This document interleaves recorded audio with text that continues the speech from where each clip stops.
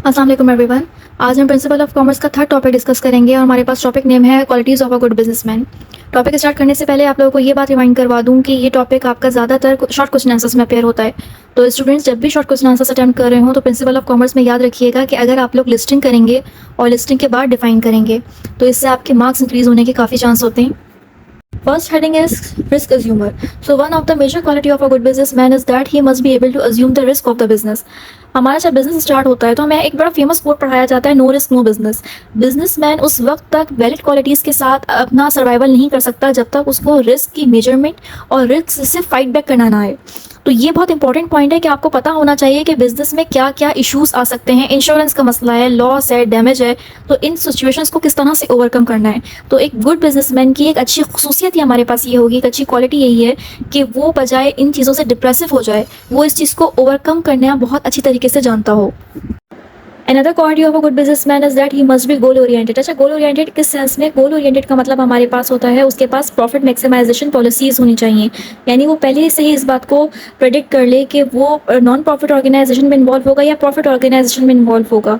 Business का मतलब ही हमारे पास ये होता है कि प्रॉफिट बेस, यानी अपने बिजनेस में किस तरह से प्रॉफिट को इजाफी तौर पर यानी एडिशनली इंक्रीज़ किया जा सके। ये तमाम आप उसी वक्त ही पॉसिबल हो सकता है जब आपके पास क्या हो, आपके पास विजन हो, मिशन हो और आपके पास स्ट्रेटजीज हो। Next heading is honest. तो definitely if you are businessman so you must be honest. आपको फेयर डीलर होना ज़रूरी है, तभी आप अपनी ऑडियंस का कॉन्फिडेंस ग्रैब कर सकते हैं और तभी आप अपनी ऑडियंस को, पर्टिकुलर ऑडियंस को टारगेट कर सकते हैं। और यहाँ पे एक थर्ड पॉइंट बहुत अहम लिखा हुआ है, एक्सेप्टेबल प्राइस डिस्क्रिमिनेशन पॉलिसी। यानी इसका मतलब हमारे पास ये हुआ कि ऐसा नहीं होना चाहिए कि आप कंज्यूमर से बहुत ज़्यादा प्राइसेस को चार्ज कर रहे हैं। यानी फॉर एग्जाम्पल आप प्राइस को अगर बहुत डिस्क्रिमिनेशन के साथ रखेंगे, किसी से ज़्यादा लेंगे, किसी से आप प्राइस कम चार्ज करेंगे, तो डेफिनेटली एक वक्त में आपका जो ऑनेस्टी लेवल है वो ख़त्म हो जाएगा, आपका ट्रस्ट कंज्यूमर का आप पे से ख़त्म हो जाएगा। तो you must be fair dealer and you must be honest, और ये बहुत मेजर क्वालिटी है एक अच्छे बिजनेसमैन की। नेक्स्ट हेडिंग है हमारे पास energetic. So it is said to be one of the major characteristics of a good businessman that he must be energetic, he must be punctual, he must have a dynamic personality.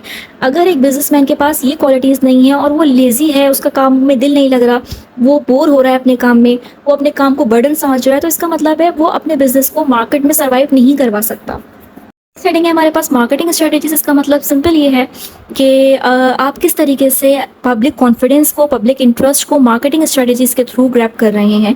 इसी में आपके advertisement techniques भी आ गई कि आप जो किस तरह सेल लगा रहे हैं या by one get one free की ऑफर अवेल करवा रहे हैं अपने कंज्यूमर को। तो इस तरह से आपको अपनी पॉलिसीज़ को अप्लाई करना होगा कि आप ज़्यादा से ज़्यादा पब्लिक कॉन्फिडेंस और अपनी पब्लिक को अपने प्रोडक्ट का आदी बना सकें, अपने प्रोडक्ट को मार्केट सर्वाइवल दिलवा सकें। Next heading is competition and it is said to be the main characteristics of a good businessman that he must have a competitive thought। यानी अगर आप बिजनेस में एंटर हो गए तो ऑब्वियसली आपको राइवल्स को बीट करना होगा। आप राइवल्स को बीट करेंगे तभी आप मार्केट में अपनी जगह बना सकते हैं, और ये आप ऐसे ही नहीं कर सकते। इसके लिए आपके पास कंपेटिटिव थॉट, इसके लिए आपके पास competitive policies, competitive advertisement techniques होनी बहुत ज़रूरी हैं।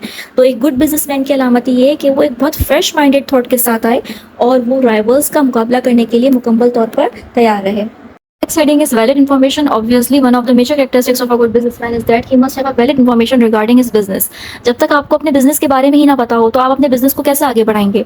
अब इसके लिए आपके पास प्राइमरी इन्फॉर्मेशन भी होनी चाहिए, सेकेंडरी इन्फॉर्मेशन भी होना चाहिए। प्राइमरी का मतलब होता है कि आप अपनी कीन ऑब्जर्वेशन के साथ जो इन्फॉर्मेशन अवेल कर रहे हैं, एंड सेकेंडरी का मतलब है कि ऑब्वियसली आपको सर्चिंग करनी होगी, आपको नेट यूज़ करना होगा, न्यूज़पेपर्स, मैगजीन्स, इन सब के थ्रू आपको वैलिड इन्फॉर्मेशन लेनी पड़ेगी कि क्या चीज़ आजकल ट्रेंड में है, फैशन में है, मॉडर्न टेक्नोलॉजी क्या है। क्योंकि ऑब्वियस बात है आजकल के दौर पे आप पुराने मेथड्स को, आप पुरानी टेक्नोलॉजीज़ को इस्तेमाल नहीं कर सकते। आपको न्यू इनोवेटिव टेक्नोलॉजीज़ को अप्लाई करना होगा, तभी जो है वो आपका बिजनेस आगे ग्रो अप हो सकता है।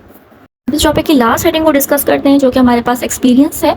तो एक कोट के साथ खत्म करेंगे कि एक्सपीरियंस मेक्स मैन परफेक्ट। यानी जितना ज़्यादा आपको अपने बिजनेस में एक्सपीरियंस होता जाएगा उतना आपको अंदाज़ा होता रहेगा कि इस चीज़ में डैमेज है, इसमें लॉस है, मे बी इसमें प्रॉफिट ज़्यादा हो जाए। तो ऑब्वियस बात है एक्सपीरियंस के साथ इंसान को सीखने का तजर्बा इंसान को बहुत कुछ सिखा देता है।